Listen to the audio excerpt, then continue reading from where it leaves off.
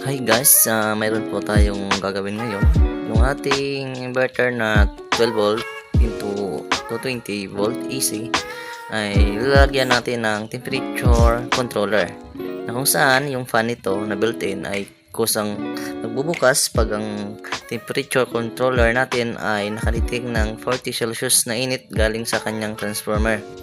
Ito yung aking setup na kung saan ay pang backup lamang kung halimbawa walang ilaw yung ano namin dito, yung muscle ko na palaging brownout.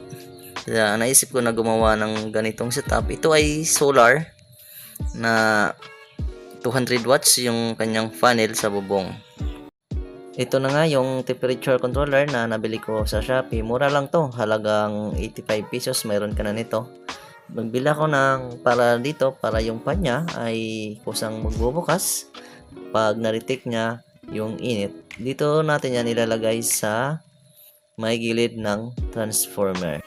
At ito na nga, ilinagay ko na dito sa may gilid ng transformer. Naka-cable tie lang to para ma-detect niya. Naghintay ako ng siguro 10 minutes para magbukas yung pan. I-try ko talaga kung legit ang na-order ko na temperature controller. At ito naman po ay legit at nagbukas naman po siya ng pusa. Maraming salamat.